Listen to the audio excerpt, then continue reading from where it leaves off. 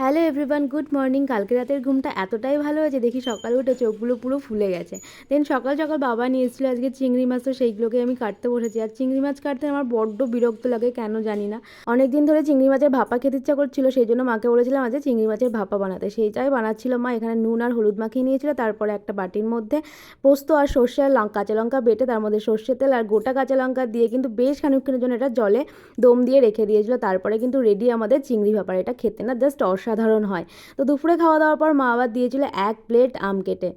দেন সন্ধ্যাবেলা আজকে একটু রেডি হয়ে বেরিয়েছিলাম, আজকে যাবো বান্ধবী শ্রাবণীর বাড়িতে কালী পুজো। তো সেখানেই প্রথমে গিয়েই মাকে দর্শন করলাম। মাকে না কি সুন্দর লাগছিল মুখটা।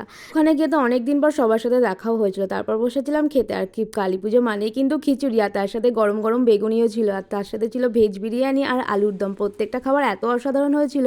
শেষ পাতে ছিল চাটনি, পাঁপড়, মিষ্টি, পায়েস, আর তার সাথে ছিল কিন্তু সবশেষে একটা করে আইসক্রিম। তো সেই মতো ভিডিওটা এই অবধি, টাটা।